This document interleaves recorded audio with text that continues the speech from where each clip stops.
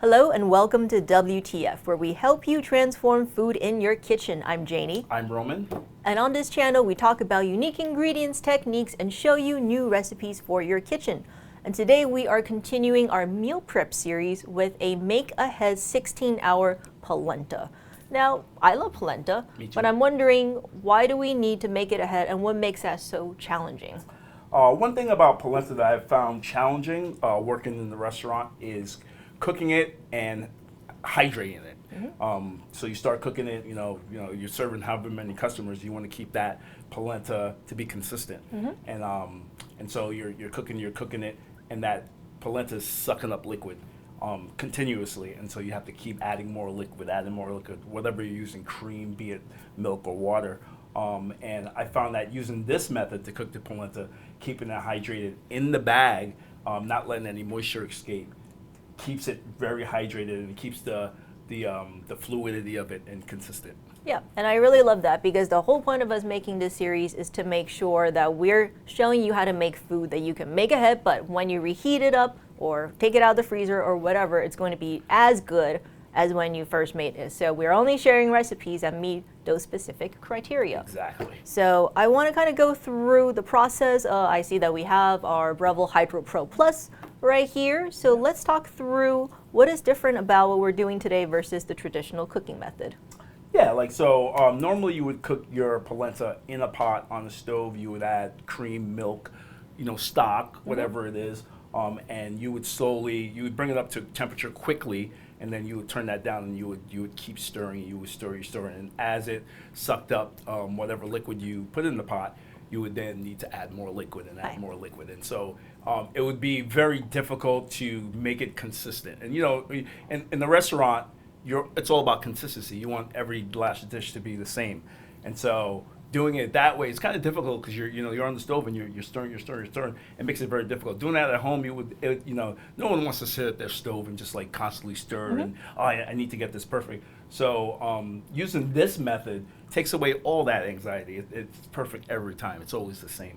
Yeah, and I love the simplicity of using sous vide specifically for that reason. I love the set it and forget it nature. Yep. I know we had day per transit here, and there's Delta cooking and all that. But the vast majority of time, as a home cook, I'm going to set it and forget it. Exactly. So why don't we jump into the recipe and how do you prep the polenta? All right, so here we go. We got everything here. We got the polenta stock. A little bit of half and half, some butter, some salt, and this is very simple. It doesn't get any simpler than this. We got our sous vide bag, and I have it in this container just to hold it up to keep it from slacking down. I'll start by adding my stock into it. All right, and then we'll add our half and half, butter, salt, and last but not least, our polenta. And then we'll take this and we will vacuum seal it and get it ready to take a bath. All right, so now that we're back with a nice vacuum sealed pouch, we're gonna put that right into our sous vide machine. What temperature are we sous videing? We are sous videing at 83 Celsius. What you wanna do is you wanna take this out after 1 hour of cooking because you wanna incorporate the polenta back into the liquid. So we have a bag here that's been in the water for an hour. Oh yeah, you can definitely see that it's separated. You can see it's separated. You can see how the polenta kind of just fell to the bottom. And so what you want to do is you want to, now mind you, this is 83 Celsius, so it's very warm, very hot.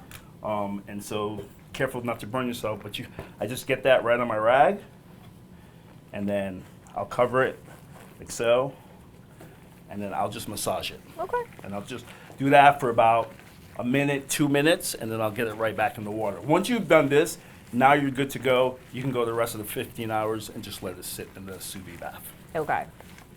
All right. So that's about, take a look at it, inspect it. It'll clump. You can see the clumps where you can see the a little bit, it's a little orange, yeah. but you can see that it's starting to really get mixed in there. So I'll just do the same thing again.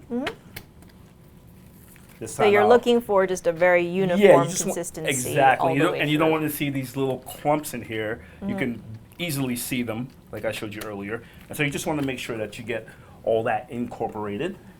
And so once again, we'll give it a nice little massage. like I said, about a minute. So 2 minutes, so you go about a minute.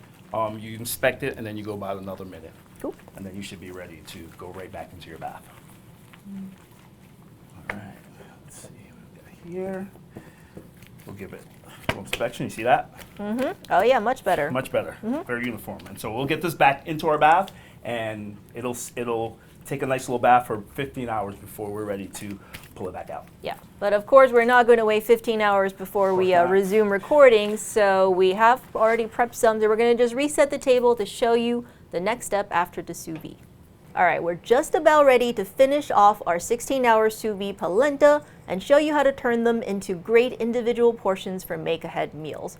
Now, before we do that, I do want to remind you to subscribe, like, and hit that notification button so that you can see more of our content in the future. We do have a couple other things planned for the Make Ahead series, and if there's anything you want us to make ahead, let us know in the comments below. Okay. All right, so we got this polenta. It looks beautiful. Yep, what do we do with it? All right, so took it out. It's still warm. What you can do is once this is cooked, you can take it out of the bath and you can ice it down, put it in your fridge, and bring it back later. Mind you, when bringing it back, you will have to bring it back up to temperature. So 83 Celsius, about 20 minutes in your bath. I'm lazy, so once I put my sous vide away at home, I don't want to bring it back out for that. Yeah. And so I'll just put it on a pot of hot water, get it to a simmer, and I'll put this in there at a simmer for 25 to 30 minutes. Same thing. Okay. All right. So once you do that, and you know you're warm, hot, you get it right into your pot. So I have my pot ready. I have all my my extras. So we're gonna cut into the bag. First we'll give ourselves some space, and we will cut this guy open, so, and then we will get that into our pot. Okay. And because we sous vide, there is zero moisture loss in there, right? No, exactly. Perfect. So that's one of the biggest keys. As I said earlier, you're making it in a restaurant, and you know you're trying to get it the same temperature, same consistency all the time, and it's really hard because it's like it's all different, you know, and you don't know how much to add, and you're adding, and it's not working out. This way, it's always consistent. It's always the same. Okay. So once you get your polenta into the pot, I have some half and half, 100 grams. As per the recipe. And then I have some Parmesan. I'm going to actually wait a little bit to add that Parmesan. I'm going to mix this polenta in with the half and half. Okay. Get that incorporated first. And then once that is incorporated, that's when I'll add the Parmesan. Because if you add the Parmesan, it'll all clump up in one spot. So you don't want it to do that. Now that I have it about where I want it, you'll see it to start to bubble. I'll even turn it down a little bit.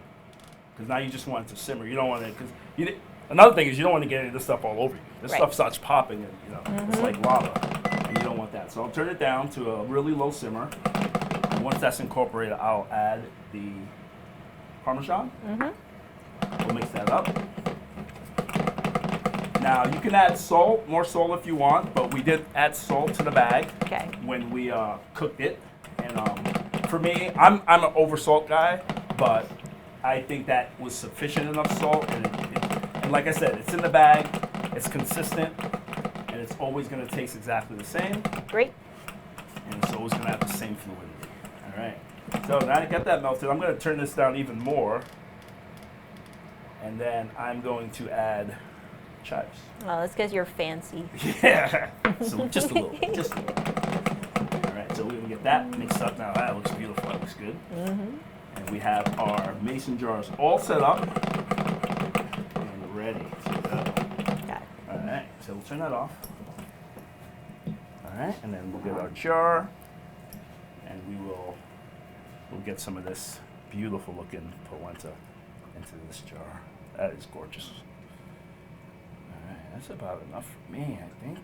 Yeah, so there's enough in this particular recipe to make two mason about jars. 2 or 3. Actually, when I did this recipe at home, I made 3 about this size jars, and I let them sit in the fridge for a couple of days, just as, you know, because this is a meal prep thing. So I let them sit in the fridge a couple of days, and then I took them out. I put it in the microwave for about, lid off, obviously.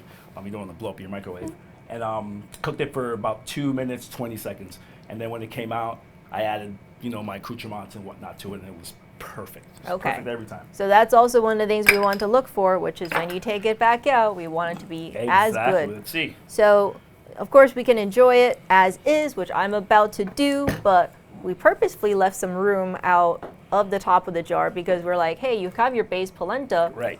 but you can make it more exciting so you're not just eating polenta for a meal. Even though it's delicious. What did you prep to go on top of it? So I got some tomatoes that I sous vide and a little bit of salt and olive oil. I have some mushrooms that I sauteed, shiitakes, and then I have some crispy garlic and some Parmesan. This all makes for delicious accoutrements for your polenta. But of course, you can always use whatever you like. Yeah, this is delicious. It's like creamy. It's creamy, yep. It's rich. It's not like, it's just creamy enough. Like the texture is not too watery, not too thick, definitely not dry. No, definitely not dry. Yeah, at all. and it's this is fantastic. It's perfect. I love it. It's perfect every time. I'm gonna add some of these accoutrements They're so good. here. Some nice colorful tomatoes. A few mushrooms. Oops, missed that one. We'll just get rid of that guy. I would have eaten it. Some mushrooms. Some crispy garlic. This is great for texture. Yeah, look how beautiful And then- that looks. Yep, and then some Parmesan. We'll just get that. This is my restaurant at play, restaurant knowledge here. So you're kind of little look. looking at probably maybe like 10 minutes of active time Look at to that guy. make a really delicious meal that you can pull out for lunch, you can pull it out for dinner. Yep. You can put different ingredients in and make it a breakfast meal. Exactly. Right? Like And there's so much you can do with There's it. a bunch of things you could do. Or you can do that, and then when you're making dinner, you can use it as a side also, which yep. is something I did. So I used it a couple different ways.